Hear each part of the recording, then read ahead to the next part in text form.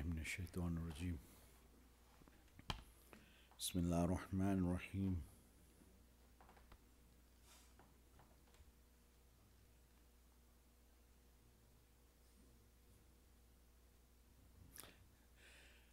Bismillahir Rahmanir Rahim. Alhamdulillahi Rabbil Alameen.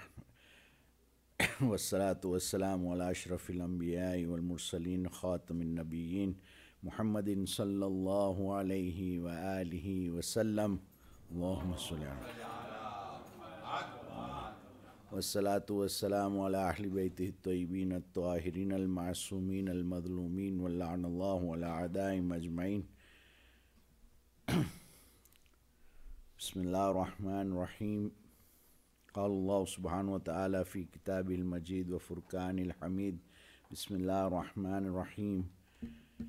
وأن لو استقاموا على الطريقة لأسقيناهم ماء غدقا لنفتنهم فيه ومن يعرض عن ذكر ربي يسلكه عذابا صعدا وأن المساجد لله فلا تدعوا مع الله أحدا وأنه لما قام عبد الله يدعوه كادوا يكونون عليه لبدا آمنا بالله وصدق الله العلي العظيم. السلام عليكم ورحمة الله وبركاته. We've been discussing this section of Surah Al-Jinn, the 72nd Surah. And in ayahs number 16 to 19, we begin the discussion where Allah says, and that if they should keep to the right way, we would certainly give them abundant water to drink, so that we might try them with respect to it, and whoever turns aside from the reminder of his Lord, he will make him enter into an afflicting punishment. And that the places of worship, that is the masajid, are Allah's. Therefore call not upon anyone with Allah. And that when the servant of Allah stood up calling upon him, they almost crowded him to death. Now our discussion has been last week and previous to that also on the first two ayahs, the ayah number 16 and 17, whereby Allah says that, and if they should keep to the right way, we would certainly give them abundant water to drink, so that we might try them with respect to it, and whoever turns aside from the reminder of his Lord, he will make him enter into afflicting chastisement. Now these verses, as we have mentioned before, explain the blessings and the bounties of Allah of this world. This is not only for Akhirah but for this world as well. And at the same time, the emphasis is on acquiring firm faith and adopting taqwa. Last week, we began discussing the negative effects of those who do not remember Allah in their affairs, and the results of this, especially when we forget Him during the time of abundance, when Allah gives us abundance in His bounties, and when we tend to forget Him and forget our responsibility to Him, not adopting taqwa. That is the negative side of this, and that is what we must be very much careful about. And that this is a warning, that Allah says that if one takes this up, rather leaves the remembrance of Allah and does not look at his responsibilities, it is that very difficult punishment. Such is the difficulty of that punishment that we are unable to bear it. Now we briefly discussed last time that the example of Walid bin Mughira that Allah has explained, which we have discussed in Surah Mudathir when we discussed Surah Mudathir, in which, but just a very quick brief, that there is Walid bin Mughira, that his desire for more, he was given ample, he was given so much abundance, and however his want for more material bounties would not be satiated. Nothing would satisfy him. Anything that he would get, he still wants more. The connection between, we also discussed the connection between ingratitude and punishment in this world. There is a connection there, and there is the opposition of the truth of the Quran and Rasulullah, meaning that when somebody has abundance, there comes a stage, the final stage of which is opposition to the truth, opposition to Rasulullah, opposition to the commands of Allah. Why not this? Why this? And we want to bring our desires, and like we have always said this, that sometimes we want Islam to fit into us rather than us fitting into Islam. This is the main thing, and that opposition comes with abundance when one forgets Allah and when one is not adopting taqwa. Now, Allama is emphasizing that there are three distinct relationships that can be drawn from these ayahs that we are discussing, and that is, first, firm faith and taqwa are connected to increase in blessings. That when one adopts taqwa and has firm faith and belief, it will attract and increase the blessings of Allah. Second, increase in blessings and bounties are related to more divine tests and more responsibilities. The more we get, the more responsible we become, and the more tested we are. And thirdly, not remembering Allah is connected to continuous, perpetual and painful punishments in this world as well.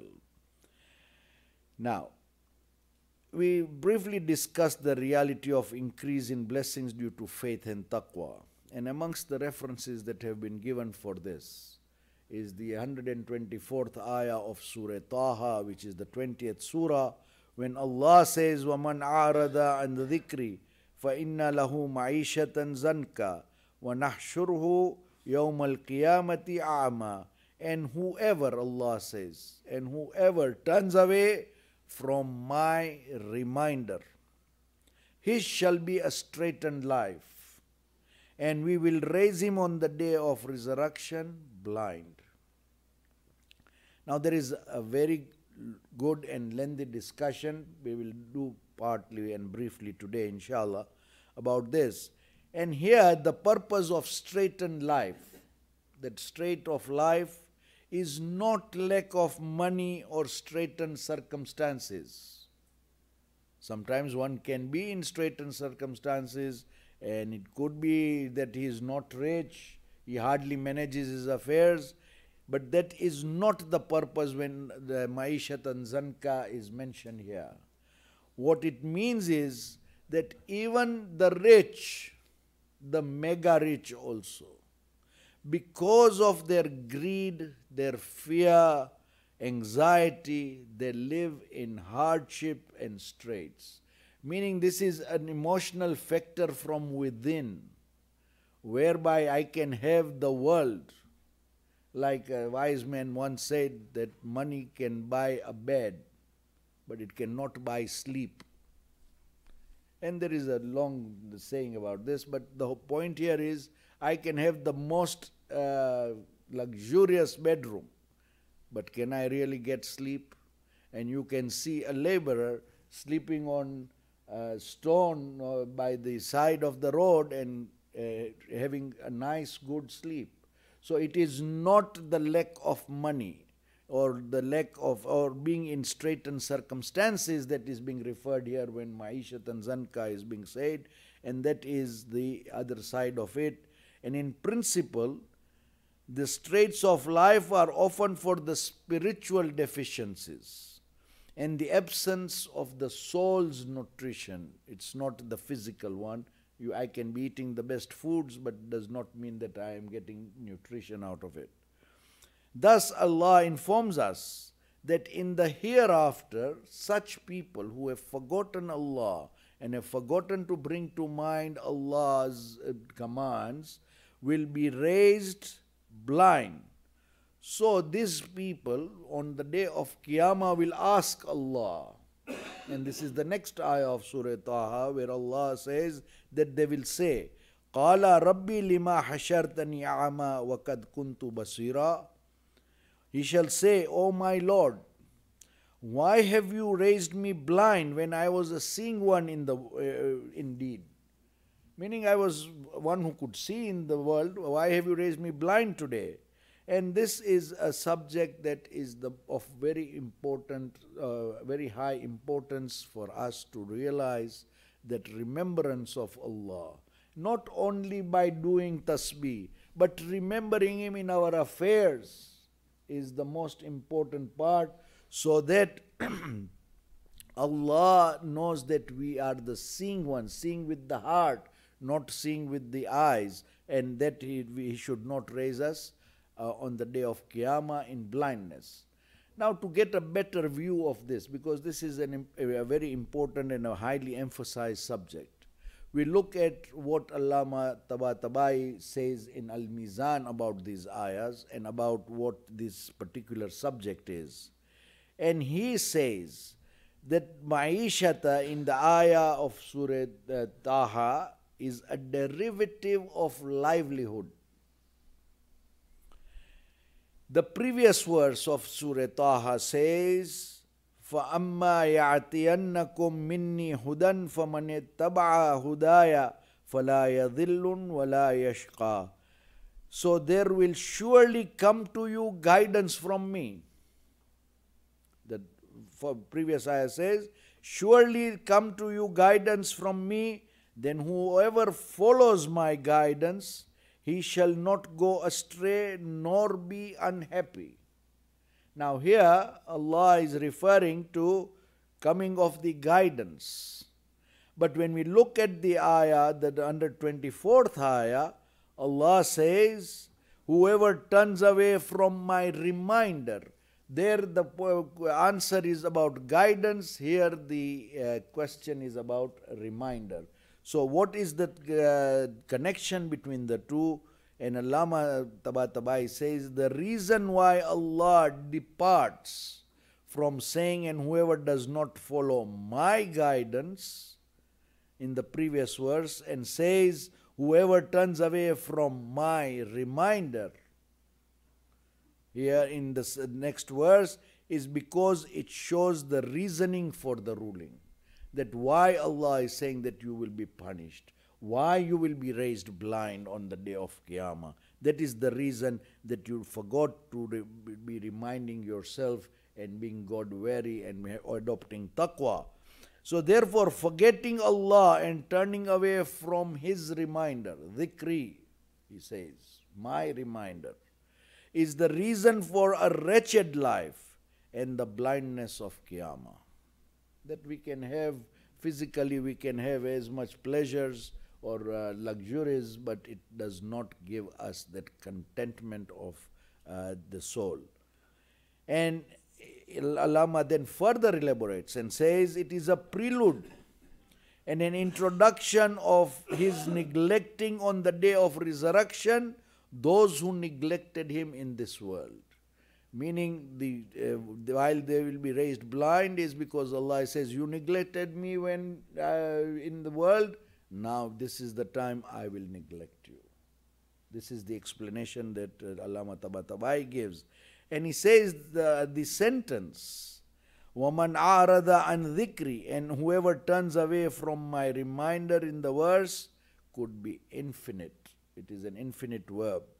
And the context meaning of the word reminder here could mean an act of remembering Allah, and thus the ascription to infinite verb.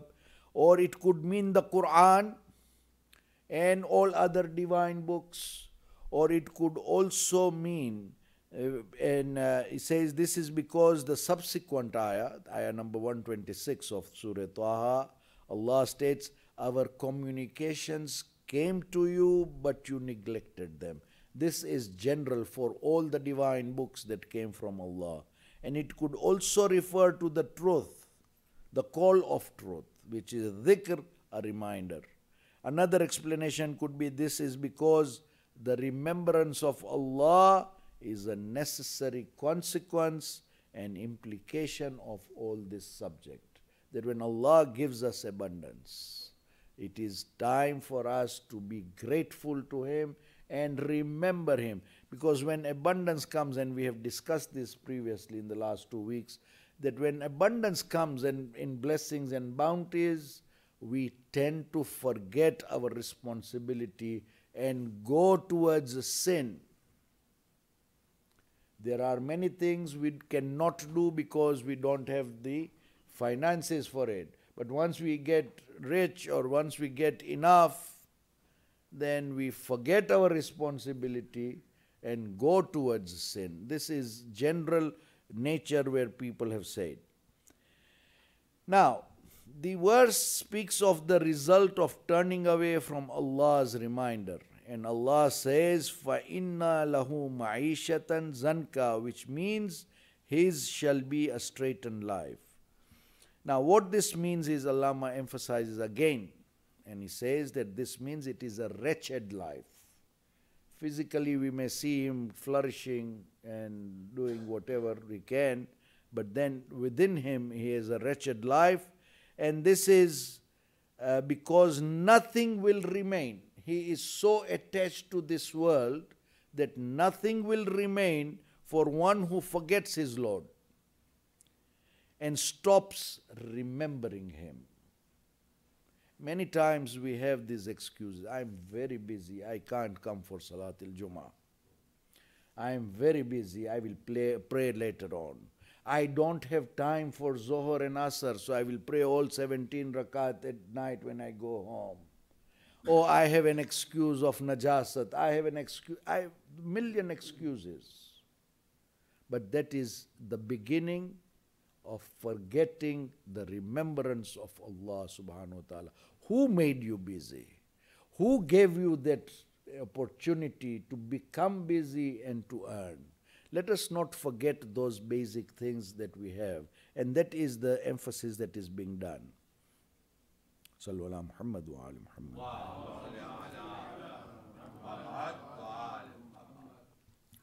Such people who tend to get into this, Allama says, only care for about fixing, increasing and gaining enjoyment from his livelihood.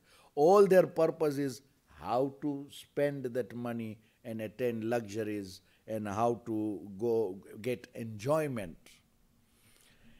However, the livelihood that he has been given will not suffice him. Whatever he gets, it's not enough. 1 million is not enough, 100 million is not enough, 1 billion is not enough. And when he's given more than that also, even that is not enough. No matter however little or a lot it is the state of the person rather than the physical abundance and blessings. This is because he is never satisfied. He is never content with whatever he achieves in life and acquires from it. When we achieve something, we would like to share with it and be responsible about it. But whatever we get, we are never satisfied and never content with it. And that is always the straightness of the heart, and that he is frustrated by what he finds. Whatever he gets, oh, could I not get it better? Could I not have it more? Could I not do much more than this? This is the general thing. And that is the heart of the person is always attached to worries, anxiety, grief, sorrow, and fear. These are the things that come with it when one forgets Allah. On the other hand, when one constantly remembers Allah, especially during abundance, then he gets that calmness of his heart, that satisfaction, that contentment with whatever he has. This does not negate the principle of being ambitious in life. It does not. But it is a question of having abundance and of blessings and yet not remembering Allah subhanahu wa ta'ala. His fears, general and constant fears, is about calamities and accidents. What if this happens? What if that happens? What if this? And that goes on, and such a person is always anxious about death, illness and maladies of life. He's always afraid of death. He's afraid of ill health and maladies of life. He is constantly fears the envy of the envious. Oh, somebody is doing hasad on me all the time. All the time he is suspicious. He is scheming of the schemers, that this man is scheming. He is always constantly in fear that the striving, that the results of a disappointment. I didn't get this because somebody did this to me. And the loss of loved ones. He cannot even bear that. Sometimes some people give extraordinary negative statements at the time of death. A young child dies from a family of doctors, and the father says, how can this happen? We are all doctors.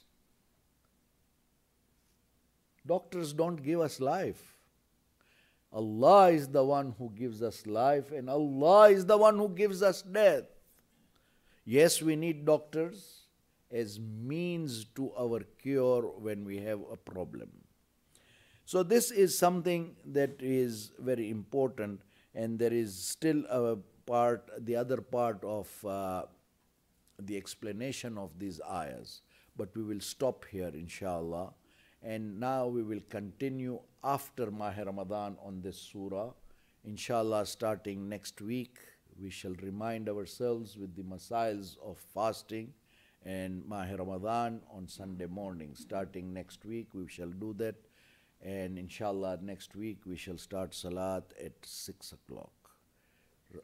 ربنا تقبل منا إنك أنت السميع العليم وتب علينا إنك أنت التواب الرحيم والحمد لله رب العالمين رحم الله من قرأ سورة المباركة الفاتحة.